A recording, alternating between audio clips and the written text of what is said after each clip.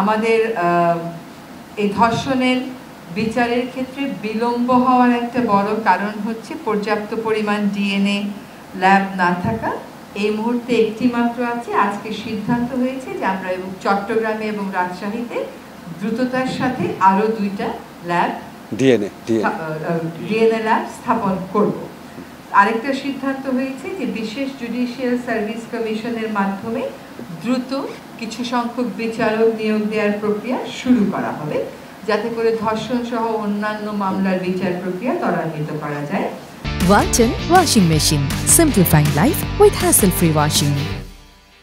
আবার দ্রব্যমূল্য স্থিতিশীল রয়েছে, এটা বিবেচনায় নিয়ে দ্রব্যমূল্য যাতে স্থিতিশীল থাকে এটা নিশ্চিত করার জন্য আমরা সিদ্ধান্ত নিয়েছি এবং সবসময় বাজার মনিটর, আমদানি, সরবরাহ এই সকল বিষয়ে খেয়াল রাখার জন্য দায়িত্বপ্রাপ্ত উপদেষ্টাদেরকে মাননীয় প্রধান উপদেষ্টা মহোদয় প্রয়োজনীয় নির্দেশনা দিয়েছেন। আমরা আরও লক্ষ্য করছি যে মাজার ভাঙার নামে একটা নৈরাজ্য চলছে।